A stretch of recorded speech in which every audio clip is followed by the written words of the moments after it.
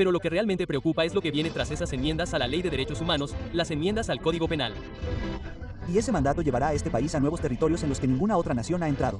Cuando la atracción del Espíritu Santo nos da el poder de usar nuestra libertad de conciencia para elegir a Cristo, experimentamos la verdadera libertad. Si alguna vez hubo un momento para reevaluar lo que es la Constitución, lo que protege y lo que provee, sería ahora. Si Dios no hubiera llamado a alguien como él, hoy no tendríamos a Estados Unidos. Desde luego, no tendríamos las libertades que tenemos hoy. Hoy vivimos en una era de desinformación, cultura de cancelación, coerción de conciencia e intolerancia hacia aquellos que se desvían de la ortodoxia establecida.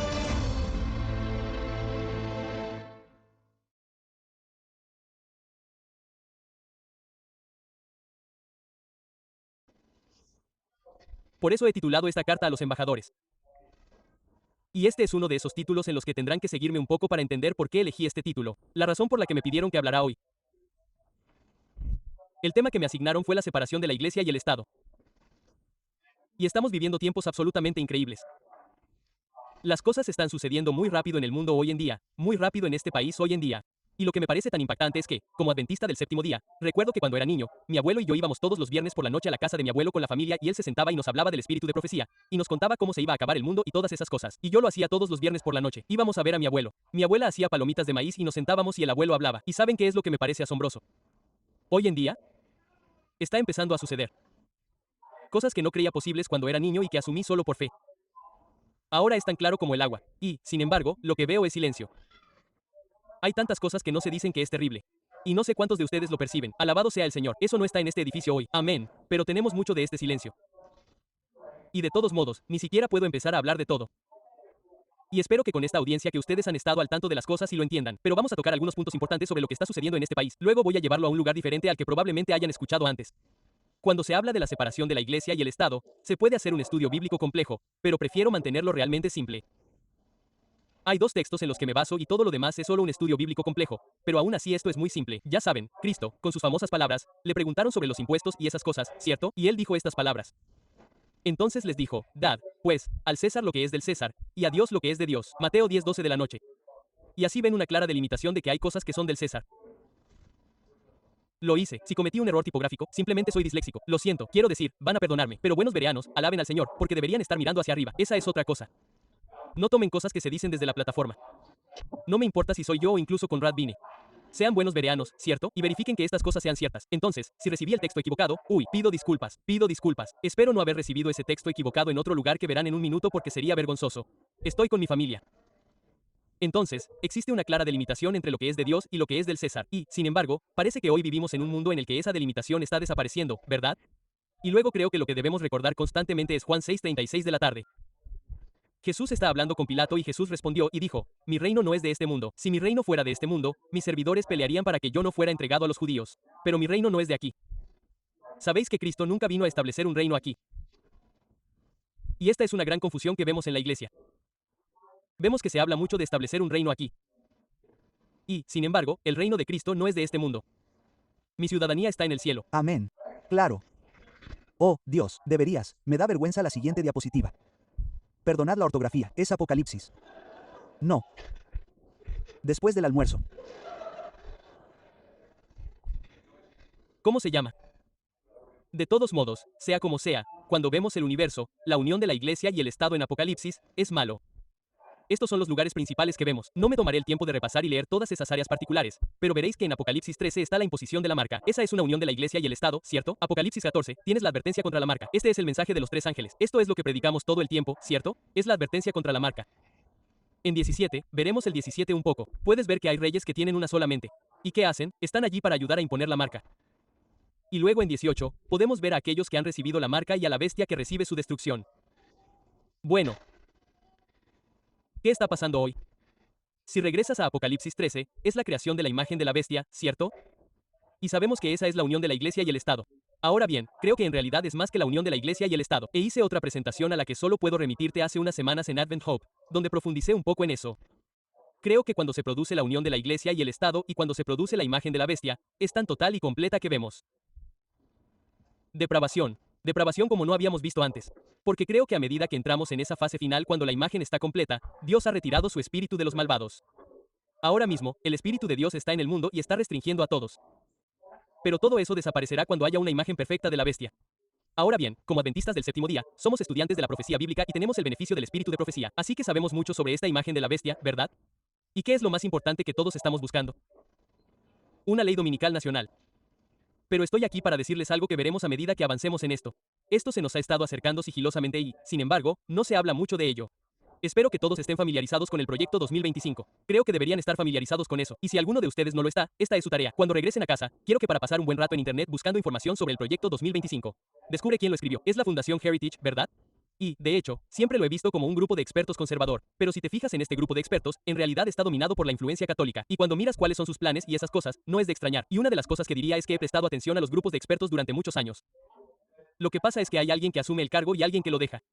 Las personas que dejan el cargo tienen que tener algo que hacer, así que van a los grupos de expertos e inventan cosas para la próxima vez que asuman el cargo. Es como una puerta giratoria, va y viene, ¿verdad? Y cuando ves una nueva administración, normalmente adoptan algunas cosas de este grupo de expertos, algunas cosas de ese grupo de expertos, un poco de aquí, un poco de allá. Ha sido algo aterrador de ver porque esta administración ha adoptado en gran medida de un grupo de expertos y ese es el Heritage Fundación y Proyecto 2025. Esto es único. No creo que esto ocurra normalmente, que un grupo de expertos tenga tanta influencia. Así que el proyecto 2025 fue noticia el año pasado. ¿Cuáles son las noticias de este año? ¿Qué tal si la Fundación Heritage publicó un nuevo documento llamado Salvar a Estados Unidos salvando a la familia? Una fundación para los próximos 250 años, el 8 de enero de 2026. Y si leen este documento, y solo estoy citando directamente de él, apoyan un día de descanso uniforme. Esto es lo que dicen. Así como las leyes de zonificación permiten que una comunidad determine dónde se pueden operar ciertos negocios, las leyes azules, que son leyes dominicales, reflejan los juicios locales sobre cuándo se pueden operar ciertos negocios. Esto es lo que dicen aquí. Es bastante interesante. En el caso de McGowan contra Maryland en 1961, la Corte Suprema se pronunció por una votación de 8 en 1. Eso se aleja un poco de esa parte de la votación de 8 en 1. Aquí había 6 jueces y luego se unieron otros 2 con opiniones separadas. De todos modos, me estoy poniendo técnico con ellos, pero lo que voy a decir es que se están enorgulleciendo con una votación de 8 a 1 en la que afirman que las leyes de cierre dominical que incluyen el propósito de proporcionar un día de descanso uniforme son constitucionales y no pueden tener en cuenta el hecho de que la mayoría de las personas que se toman un día de descanso por razones religiosas lo hacen los domingos. ¿Qué dijo realmente McGowan?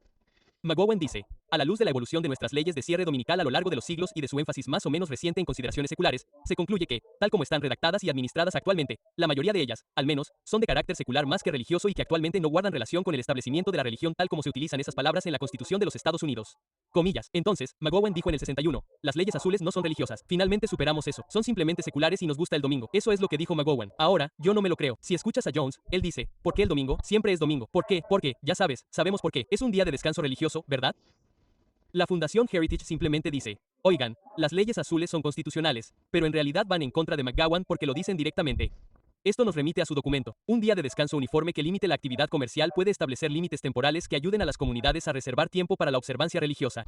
Así que en realidad están pidiendo el derrocamiento de McGowan, aunque fingen que se limitan a ello, no, reuniones familiares, actividades al aire libre y descanso. Por cierto, quiero decir algo sobre las actividades al aire libre. Me encanta ir de excursión a las montañas y me encanta salir los sábados por la tarde para hacer senderismo en las montañas y es increíble la frecuencia con la que puedo verlos. Siempre miro a mi alrededor. Me voy a encontrar con adventistas por aquí y sé que estamos sobrerepresentados. Hay algo en esto del sábado. Solo quiero decirlo. Dice, al restaurar un ritmo común de descanso y reflexión, la pérdida de descanso de la comunidad podría ayudar a revertir la tendencia hacia la falta de hogar espiritual. Y fomentar los hábitos sociales necesarios para que las comunidades se cohesionen y prosperen.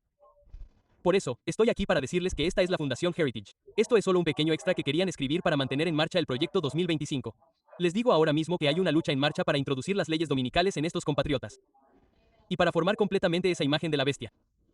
Y estoy aquí para decirles que la oposición a estas leyes dominicales no ha aparecido. Es triste. Hay tantas, no escucho las voces. ¿Escuchan las voces que aparecen en Washington?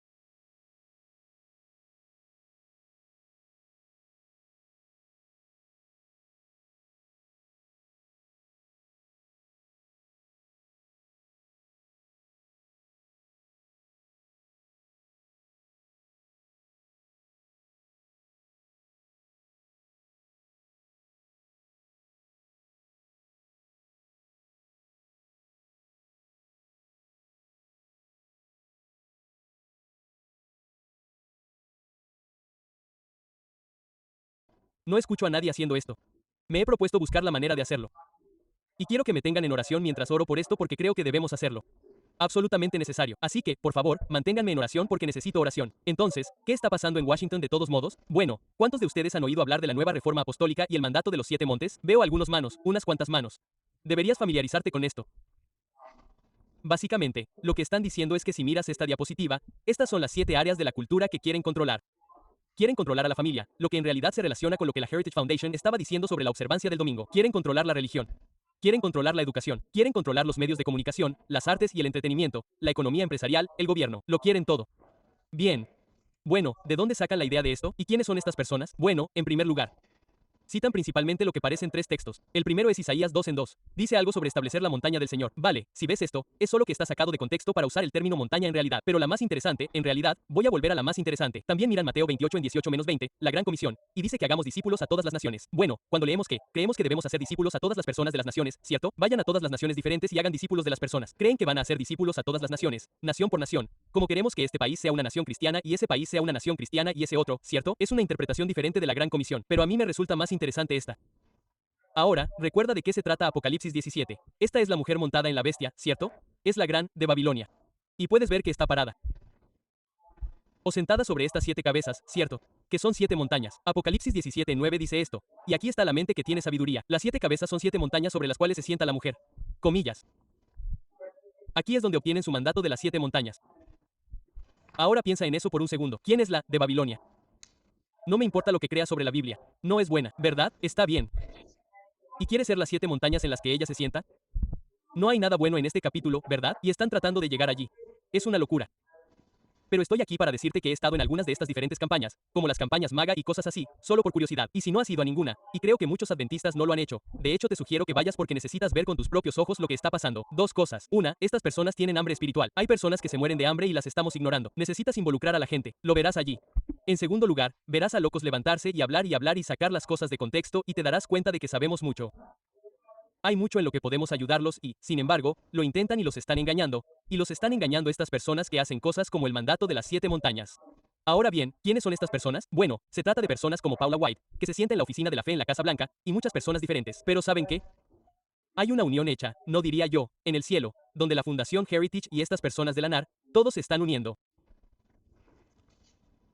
Y no es bueno. Y entonces, lo que tenemos hoy en Estados Unidos es que vemos a todos uniéndose. La Fundación Heritage, Doug Wilson, deberían familiarizarse con él. Es un defensor de las leyes dominicales. Pero escuchas a personas como, bueno, el difunto Charlie Kirk hablaba sobre el sábado, ¿verdad? Y puedes escuchar a Tucker Carlson y él habla sobre el sábado. Escuchas el mismo tipo de cosas saliendo de Marjorie Taylor Greene y J.D. Vance y yo escucho a Joe Rogan e incluso él dice cosas sobre esto. Esa es una locura. Viene de todas las direcciones de nuestra sociedad actual. Y lo que realmente creo es esto. Ahora mismo se puede oír hablar del sábado, tanto del culto dominical como del sábado. Pero escucha con atención. Si hablan del sábado, lo llaman el sábado judío. Eso es un problema, ¿verdad? Vale, y la otra cosa en la que realmente creo, y ya veremos, no pretendo tener una palabra de profecía, pero ahora mismo la agitación es por el sábado, pero algún día van a tener que tomar una decisión, y van a decir, bueno, ¿qué día quieres después de todo? Y todos sabemos hacia dónde va a ir. Quiero decir, ni siquiera es una carrera reñida. Si se lo dejamos a la gente tal como están las cosas hoy, el domingo es lo que viene. Bueno. Retrocedamos y leamos un poco más de Apocalipsis 17. Este es el contexto que tienen aquí. Apocalipsis 17, 9-13. Y aquí está la mente que tiene sabiduría. Las 7 cabezas son 7 montes sobre los cuales se sienta la mujer. Y hay 7 reyes. 5 han caído. Uno es, el otro aún no ha venido. Y cuando venga, es necesario que dure poco tiempo. Ese es un texto difícil y no voy a intentar aplicarlo hoy. Versículo 11. Y la bestia que era y no es el octavo, y es del séptimo y va a la predicción. Eso es parte del 10 y 11. Esos son difíciles. No voy a aplicarlos hoy, pero creo que podrán ver lo que estoy haciendo se aplicará aquí ahora. Y los 10 reyes que has visto, son 10 reyes que aún no han recibido reino, pero recibirán autoridad como reyes por una hora juntamente con la bestia. Tienen un mismo propósito, y entregarán su poder y su autoridad a la bestia. ¿Y qué vemos aquí? Vemos una unión de los reinos del mundo que le dan poder a la bestia. Y si observas todo el contexto de lo que está sucediendo aquí, esta es una visión paralela de la imagen de la bestia. Y puedes hacer un estudio del espíritu de profecía y puedes ver dónde se afirma claramente que esta reunión durante esta hora es para la formación de esa imagen. Bueno, si buscamos un poder gubernamental, un poder secular, reyes que den poder, necesitamos buscar una unión de estos reyes, una unión política. Ahora bien, No estoy aquí para identificar una cosa u otra, sino para señalar cosas que podrían cumplir esto. Dejad que os explique.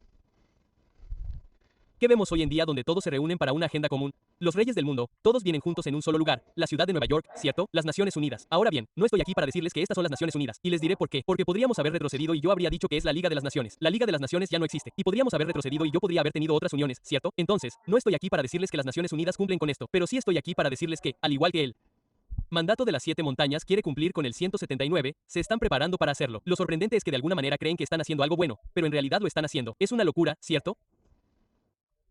Hay cosas en este mundo que llevarían a uno a creer que la ONU se está preparando para estar aquí. Ahora bien, no voy a explicarlo completamente porque no puedo. Creo que ha habido seminarios en la Iglesia del Pueblo haciendo esto incluso recientemente. Pero creo que deben tener en cuenta que todo esto es una posibilidad. Entonces, ¿qué hizo que esto realmente cuando empezó a tomar forma todo esto? Bueno, si vas al Vaticano II, hay un gran cambio que ocurre. Y lo que salió del Vaticano II. Algo aquí. Tengo esta diapositiva 2 veces. Cogeremos la que tiene las fechas, de 1962 a 1965. Hay un movimiento ecuménico, ¿de acuerdo? ¿Y qué tienes de este movimiento ecuménico? Tienes mucho diálogo doctrinal. Tienes un intento de adoración y oración conjuntas. Tienes acción social y moral. Es algo que están tratando de unir a todas las iglesias y esto es en torno a lo que quieren unirlas. Las reúnen en torno a la acción social y moral. Y sabes, Satanás no es tonto y tampoco lo es el papado porque una de las cosas que hacen es encontrar ese tema en el que tienen razón, y eso se convierte en la acción social y moral para que todos se unan. Y odio decirlo porque tienen razón, pero eso no significa que nosotros siempre equivocados. Aborto. Es el tema perfecto para unir a todas las iglesias. Dales una tarea que hacer. Hay día luchar en la batalla contra el aborto. Todos nos uniremos. Lucharemos codo con codo y lucharemos contra este problema. Esto es clásico. Puedes leer documentos del Vaticano que incluso explican esta estrategia. No significa que alguna vez nos hayamos equivocado. Bueno, ya sabes, también hemos discutido sobre eso en esta iglesia. Soy 100% pro vida, y siempre hemos tenido razón. El equipo entero estaba a favor de la vida. ¿Cómo es eso? Se supone que no debes hablar de esto porque estoy seguro de que acabo de distanciar a la gente que está escuchando, y me disculpo. Por favor, escucha lo que realmente estoy diciendo porque no estoy aquí para discutir sobre la vida o el derecho a decidir contigo. Pero sea como sea, este es el Vaticano II y esto está uniendo al mundo. ¿Qué hay de las Naciones Unidas? Bueno, es realmente interesante porque las Naciones Unidas tratan de unir a los países del mundo unido, ¿verdad? Y de alguna manera lo une. Quizás yo discutiría sobre, bueno, no sé, tal vez no debería decir esto, pero está uniendo a las naciones y está usando todas las herramientas de la política y las políticas para hacerlo porque no es solo el Consejo de Seguridad. No es solo la Asamblea General, que está formada por naciones, sino que está formada por estas organizaciones más pequeñas, y no son pequeñas en absoluto. Cuando digo pequeñas, simplemente no tienen esa pompa de sentarse en la sala con la Asamblea General como lo hacen, ¿verdad? Pero tienes cosas como ECOS, que creo que es el subcomité más antiguo. Pero hay todo tipo de cosas diferentes allí. Pero ECOS es el que me parece interesante porque ECOS significa algo así como un comité económico, social y cultural o algo así. E intenta unir a todos. Y cuando lo hace, une a la religión. Y reúne a todas las religiones del mundo. Y lo que realmente está haciendo es reflejar el movimiento ecuménico católico con una gran diferencia. El movimiento ecuménico católico se centra principalmente en unir a todas las iglesias cristianas. Sin embargo, llegas a la ONU y tienes este ecumenismo que en realidad es lo mismo. Y si realmente lo observas, puedes ver que los plazos son similares. La metodología es muy similar. En el ecumenismo católico, en realidad comienza con el Concilio Vaticano. En el mismo periodo de tiempo, la ONU comienza sus conferencias interreligiosas. En el mismo periodo de tiempo, elaboran declaraciones conjuntas con las otras iglesias del lado católico. Llegas a la ONU y terminas con la cumbre del milenio de la ONU. ¿Qué son estas? Estas son declaraciones conjuntas. Estas son declaraciones sobre lo que quieren lograr. Y si piensas por un segundo que esto es solo para gobiernos y responsables políticos, te has equivocado simplemente porque puedes mirar a nuestra propia iglesia y las declaraciones que hacemos porque nuestras declaraciones oficiales de la iglesia reflejan esto exactamente. Hablamos de los objetivos de desarrollo sostenible. Hablamos de todas estas cosas, ¿verdad? Y hay una verdadera unidad en los métodos y objetivos entre las dos organizaciones. Es solo una global. Ahora, quiero decirles algo. La genialidad de Roma siempre fue que era ecuménica. Solo había una religión que no podía tolerar. En realidad, hay dos. No podía tolerar a los judíos.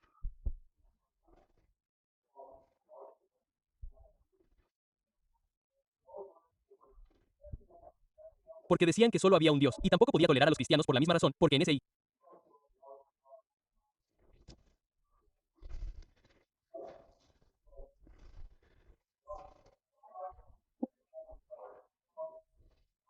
Punto, punto, punto.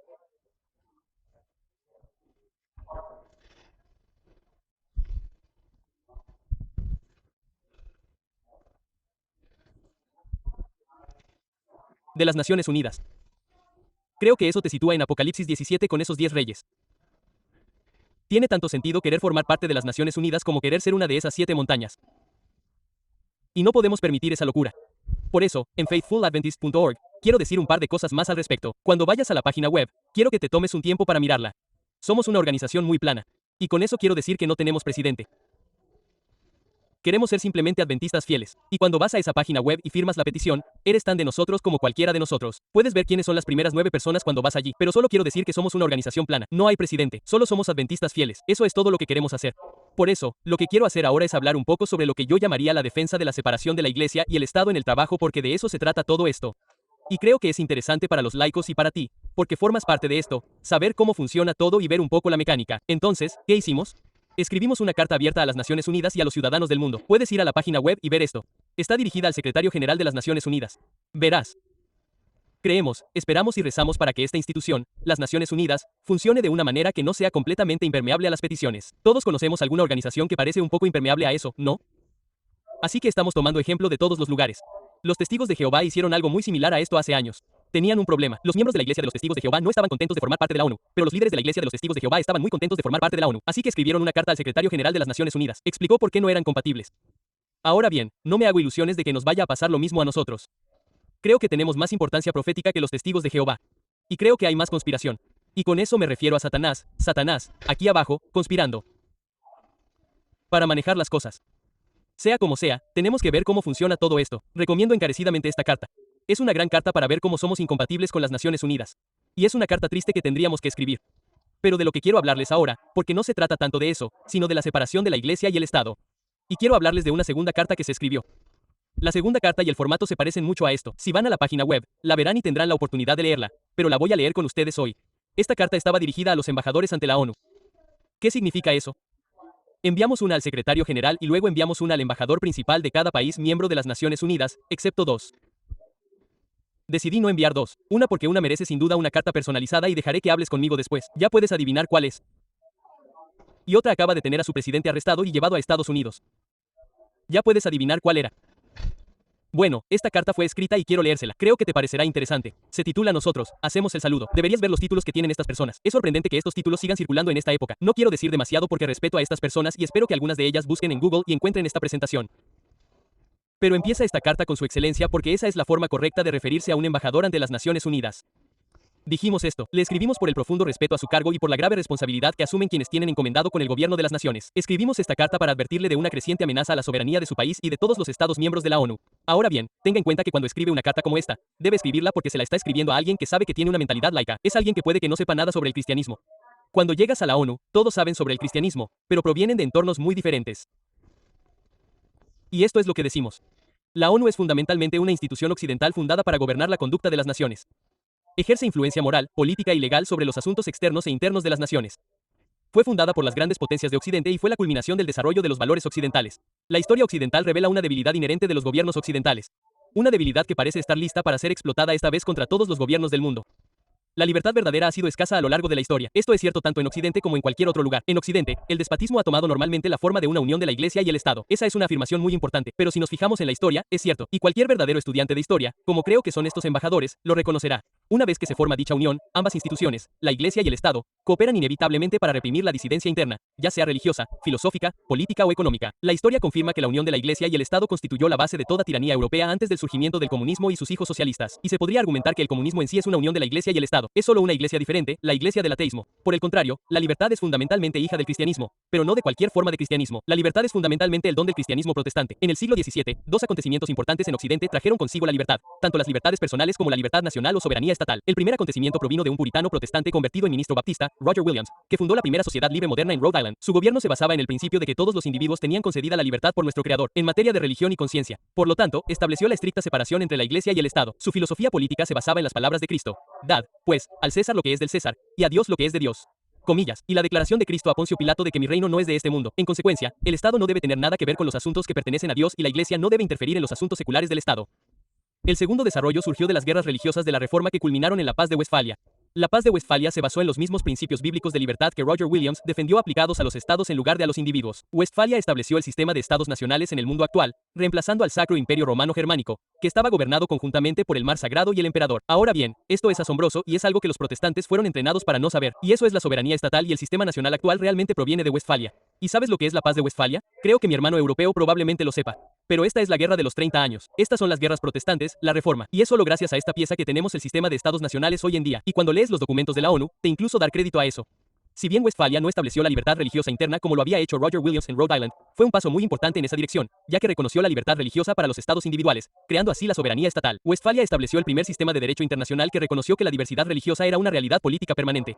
El Papa Inocencio I emitió un breve papal, sello Dominus Dei, condenando la paz de Westfalia, declarando los tratados nulos, sin efecto, inválidos, injustos, condenables, reprobados, insulsos y sin fuerza ni efecto, comprensiblemente, ya que la paz de Westfalia excluía al Mar Sagrado de asumir alguna vez el papel de árbitro supremo del orden político de Europa y de toda autoridad diplomática. Los grandes faros de la libertad, incluidos John Locke, Benjamin Franklin, William Penn, Thomas Jefferson y James Madison, fueron todos descendientes del pastor protestante Roger Williams y de los reformadores y soldados protestantes que dieron al mundo la paz de Westfalia. Estos hombres siguieron los principios establecidos en la Biblia y defendidos por los protestantes. La reforma reconoció que la libertad religiosa y la libertad de conciencia fueron otorgadas por el Creador, así como la vida y todos sus fines legítimos, y que, por lo tanto, eran inalienables y no la creación o el regalo de un monarca o Estado. El legado de estos hombres es la libertad y la soberanía de las que disfruta la humanidad hoy en día, en lugar del imperio universal. La Revolución Francesa siguió de cerca a la Revolución estadounidense y estuvo muy influenciada por los estadounidenses, pero difirió en varios principios fundamentales. La Revolución Francesa fue una reacción contra la unión de la Iglesia y el Estado en Francia, específicamente la Iglesia Católica Romana. Al perseguir y proscribir a la Iglesia Católica, los franceses establecieron el ateísmo, una religión con otro nombre. Al proscribir la religión, los franceses aseguraron la libertad, pero al mismo tiempo sembraron las semillas de su propia destrucción. A diferencia del sistema estadounidense, que reconocía los derechos inherentes e inalienables otorgados por Dios, el sistema francés solo hablaba de los derechos inherentes, pero los reconocía solo si los otorgaba el Estado y, por lo tanto, podía limitarlos en cualquier momento que conviniera a los fines del Estado. Por lo tanto, los derechos otorgados por el Estado eran simplemente privilegios siempre sujetos a restricción o revocación. Esta es la misma teoría política adoptada en artículo 29 de la Declaración Universal de Derechos Humanos de las Naciones Unidas. El artículo 18, párrafo 3 del Pacto Internacional de Derechos Civiles y Políticos, adoptado por la ONU en 1976, ofrece un buen ejemplo de un supuesto derecho a la libertad de religión, donde las excepciones al derecho son tan amplias que el derecho se vuelve ineludible. No se equivoquen, un sistema político que no puede tolerar la religión y los derechos inalienables otorgados por Dios se convertirá en su propia forma de tiranía, como se puede ver en la progenie de la Revolución Francesa, como la Unión Soviética, otros regímenes comunistas y varios gobiernos que reprimen la religión en lugar de garantizar la libertad religiosa. Lo peligroso de escribir una carta como esta es que se dirige a algunos de estos regímenes comunistas. La mayoría de las veces, esto primero adopta la forma de restricciones a la libertad de expresión, y esta es otra cosa, no se equivoquen. Estados Unidos es uno de los pocos países del mundo donde tenemos absoluta libertad de expresión. No está en Canadá, desde luego, no en Inglaterra. Miren lo que está pasando allí. No está en ninguna parte de UE. Supongo que probablemente haya algunas naciones insulares que hayan elaborado su constitución basándose en la nuestra y que la tengan, pero no conozco ninguna nación líder que pueda sentir la fuerza de la armada que la tenga, excepto nosotros. La mayoría de las veces, esto primero toma la forma de restricciones a la libertad de expresión, pero rápidamente evoluciona para limitar otras libertades de adhesión religiosa u oponentes políticos. Hoy en día, la ONU facilita y supervisa proyectos ecuménicos de economía espiritual global. Al hacerlo, se está uniendo a la religión. La unión de la Iglesia y el Estado dentro de las Naciones Unidas plantea la misma amenaza de imperio y tiranía que la antigua unión de la Iglesia y el Estado en la Europa medieval. Si bien puede parecer beneficioso unirse a la religión para lograr estabilidad y prosperidad, cuando la religión se entromete en los asuntos del Estado, la religión siempre busca sus propios objetivos y agendas. En el caso de la ONU, el organismo religioso preeminente más influyente y preeminente es el Santo Sepulcro. Ahora bien, esta es una de las cosas interesantes. Si bien hay todas estas otras religiones en la ONU, el Santo Sepulcro, que es como llaman al papado, es en todo, en todas partes. Los tentáculos son profundos. Y espero que cualquier embajador que lea esto lo reconozca por experiencia. Es la única organización religiosa con estatus de observador y es la voz religiosa más influyente en los órganos deliberativos y administrativos de la ONU. El Mar Sagrado es el único vestigio del antiguo régimen de Europa. Ese es el viejo imperio, ¿verdad? Son los reyes y esas cosas y se oponen a los principios de la paz de Westfalia. Cuando hay una unión de la Iglesia y el Estado, la tendencia es hacia un imperio universal en el que la Iglesia es una herramienta de la capital del imperio para ejercer poder sobre los estados vasallos, en particular los estados vasallos que no están dispuestos a hacerlo. La Iglesia es la única capaz de cruzar fronteras internacionales con su influencia. En última instancia, la Iglesia puede usar y usará su poder para dominar el poder político. La historia de Europa lo demuestra repetidamente. Hoy, la ONU corre el peligro de repetir la historia europea. Sorprendentemente, la misma autoridad y preeminencia papal ejerce su influencia sobre todas las demás religiones a través de los proyectos ecuménicos de la ONU y otras poderosas coaliciones religiosas. Están particularmente preocupados por el acelerado movimiento hacia la coordinación religiosa ecuménica dentro de las estructuras de la ONU, por numerosas razones. En varias partes del mundo, existe un movimiento hacia una observancia universal del domingo. Las bases internacionales de esto ya se han establecido en muchos estados mediante acuerdos realizados en el marco de la Liga de las Naciones y posteriormente adoptados por la ONU. Sí, eso es cierto. Muchos países propusieron a la Liga de las Naciones que adoptarían un día de descanso. Que ese era uno de sus objetivos nacionales. Así que esto se remonta a justo después de la Primera Guerra Mundial. Y ha estado latente. ¿Alguno de ustedes lo sabía? Yo no lo sabía hasta hace poco. Y, sin embargo, cuando la ONU interviene, adopta esto y entra en la ONU. ¿Verdad? Y continúo con la carta y digo esto: la santidad del domingo está asociada con el cristianismo, pero nunca se enseña en la Biblia. Más bien, fue establecido por la Iglesia Católica Romana e impuesto por el Imperio Romano como una señal de la autoridad de la Iglesia Católica Romana. El día de descanso bíblico es el séptimo día establecido por Dios en la creación para toda su humanidad. Tengan por seguro que escucharán agitación por un día de descanso universal a nivel mundial, pero también reconozcan que cualquier acción tomada por la ONU o cualquier estado para hacer cumplir un día de descanso, cualquier día de descanso es una unión de la Iglesia y el Estado y, fundamentalmente, es el Estado cumpliendo las órdenes de la Iglesia. La tiranía siempre busca la conformidad y la sumisión. La religión, cuando se unifica con la autoridad política, siempre ha demostrado ser un poderoso instrumento para coaccionar tanto a los estados como a las personas. Vaya, por las razones anteriores, los instamos respetuosamente a que reconozcan que la unión de la Iglesia y el Estado, en particular una unión que opera a nivel mundial, constituye una amenaza clara y presente a la libertad personal y la soberanía estatal. Y b. Ayuden a salvaguardar la libertad y la soberanía de su nación apoyando la eliminación de las iglesias protestantes cuando sus miembros soliciten explícitamente dicha retirada, y ayudar específicamente a los miembros de la Iglesia Adventista del Séptimo Día a retirarse de la asociación con la ONU, incluso aunque la burocracia de la Iglesia Adventista del Séptimo Día pueda expresar su deseo de permanecer. Piensen en eso por un segundo. Tenemos zapatos realmente grandes que llenar. ¿Se dan cuenta de lo que se está diciendo aquí? Estamos dando crédito a quien crédito merece, y el crédito es que la reforma protestante es la que consiguió la libertad de este mundo. Pero ahora lo que pedimos es que nos liberen de esta unión. ¿Por qué? Para poder asegurarle la libertad al mundo.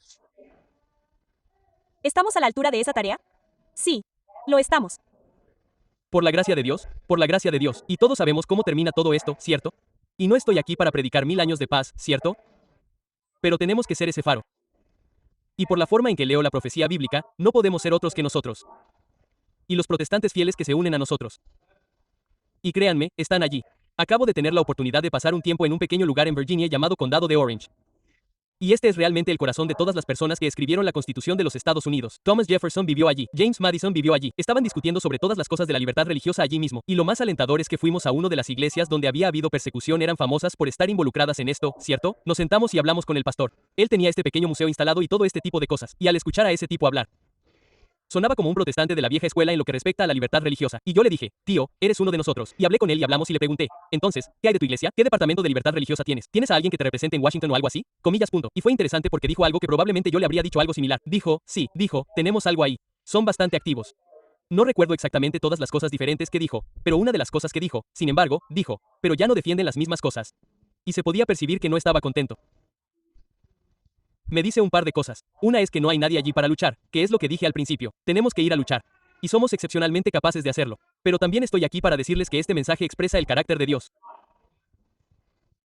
Y los demás protestantes vendrán y se unirán a los que vean esto, ¿cierto? Y no serán solo protestantes, estoy convencido. Si leen a Alexis, Tocqueville y esas cosas, se darán cuenta de que también son católicos, personas que entienden.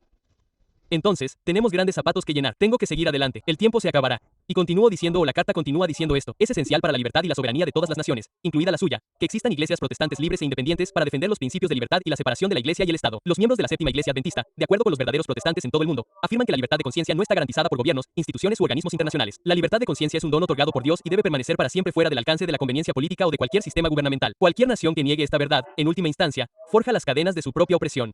Por lo tanto, les pedimos respetuosamente que se pongan del lado de la libertad, una libertad basada en el principio de separación de la Iglesia y el Estado para ayudarnos a preservar esta libertad para las generaciones futuras. Si desean colaborar con nosotros en este asunto o aprender más sobre la historia de los fundamentos bíblicos de la verdadera libertad política y personal, nos encantaría dialogar con ustedes. También nos encantaría cualquier consejo que puedan darnos para ayudarnos a alcanzar nuestro objetivo, y eso se ha enviado a los embajadores. Pero necesitamos encarnar la verdadera libertad. Vuelvo atrás y miro a Alexis de Tocqueville. Es un embajador político francés, vino a Estados Unidos y escribió sobre nosotros. Y me encantan algunas de las cosas que dijo.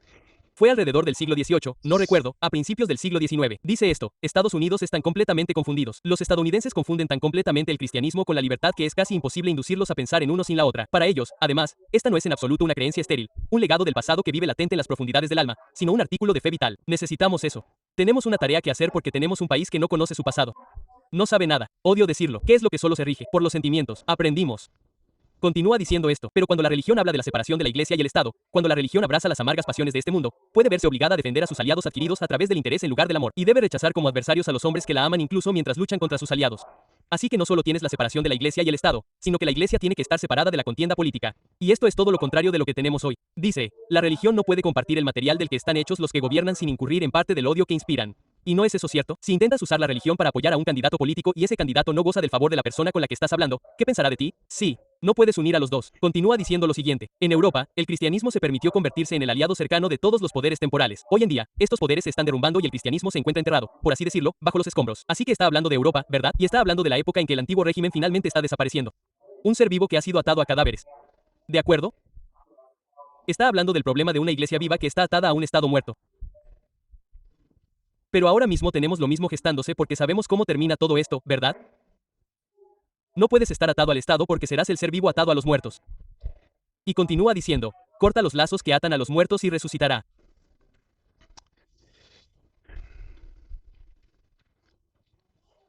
Se me acaba el tiempo. Quiero pasar a la siguiente, perdónenme. Esto es del espíritu de profecía. Dice esto, a menos que la iglesia, que ahora está siendo leudada con su propia apostasía, se arrepienta y se convierta, comerá del fruto de sus propias obras hasta que se recupere. Cuando resista lo malo y escoja lo bueno, cuando busque a Dios con toda humildad y alcance su alto llamamiento en Cristo, de pie sobre la plataforma de la verdad eterna, y por fe se aferre a los logros preparados para ella, será sanada. Aparecerá en su sencillez y pureza dadas por Dios, separada de los enredos terrenales, mostrando que la verdad la ha hecho verdaderamente libre. Entonces sus miembros serán en verdad los escogidos de Dios, sus representantes. Ese es un llamado para nosotros. Necesitamos estar separados. Y saben, cuando miran Apocalipsis 18, realmente creo que aquí es donde estamos en el tiempo. Y van a Apocalipsis 18, ¿y qué ven? Ves a este ángel poderoso, que algunos expositores, y yo tiendo a estar de acuerdo, ven que el ángel poderoso en realidad es Cristo. Pero sea como fuere, ¿qué tenemos con Apocalipsis 18? Es el llamado final a la humanidad. Es esencialmente una repetición de los mensajes de los tres ángeles, pero es un poco diferente. Pero quiero leer el versículo 4. Y oí otra voz del cielo que decía, salid de ella, pueblo mío, para que no seáis partícipes de sus pecados, ni recibáis parte de sus plagas, porque sus pecados han llegado hasta el cielo, y Dios se ha acordado de sus maldades. El llamado es a salir de ella, pueblo mío. Para llamar a alguien a salir, tenemos que salir. Y tiene que quedar inequívocamente claro para el mundo entero que estamos fuera. Así que no importa cómo pueda encajar la ONU en la profecía del fin de los tiempos y en los acontecimientos del fin de los tiempos, ese no es realmente el problema. El verdadero problema es que la ONU claramente forma parte de un movimiento ecuménico mundial dominado por el Mar Santo, que defiende principios completamente contrarios a la Reforma Protestante. Principios que son contrarios a las creencias de la Séptima Iglesia Adventista, y podríamos analizarlos uno por uno, y todo lo que puedo decir es que tenemos que salir y, por eso hago un pequeño llamado, salid de ella, pueblo mío, a nuestra iglesia para que podamos hacer el gran llamado al mundo. Salid de ella, pueblo mío. Dios tiene personas en todo el mundo, en todos los ámbitos de la vida. Necesitan ser llamadas y serán llamadas. ¿Y conocen la lección de Esther? ¿Cuál fue? Fuimos llamados para un tiempo como este. Pero también era que si no se ponen manos a la obra, algo horrible le sucederá a su casa. Por eso les pido a todos que salgamos, pero tenemos grandes zapatos que llenar porque somos el último hombre en pie en la Reforma Protestante. Ahí es donde reside la libertad. Tenemos grandes zapatos que llenar. Tenemos un faro de luz que difundir. Oremos. Querido Señor. Realmente me asombra que siquiera pienses en usar a personas como nosotros, personas imperfectas como nosotros. Pero Señor, sabemos que puedes intervenir y cambiarnos, y sabemos que tienes ese poder. Por eso, Señor, te pido por mí, por todos los que están aquí y por nuestra iglesia. Señor, por favor, cámbianos. Creo que lo harás si tan solo te lo pedimos. No podemos ser presuntuosos y asumir que sucederá porque supuestamente sabemos quiénes somos en la profecía. Señor, sabemos que debemos arrodillarnos y buscarte. Por eso, Señor, oro por cada uno de los presentes para que nuestros corazones se quebranten y te busquemos con todo nuestro corazón. Y oro por la iglesia en general. Señor, sabemos que vendrán cambios. Señor, por favor, permite que cada uno de nosotros permanezca firme en esta iglesia y en este movimiento y como testigos tuyos. Y Señor, oro para que intervengas en toda la historia de la tierra. Te damos gracias y te alabamos en el nombre de Jesús. Amén.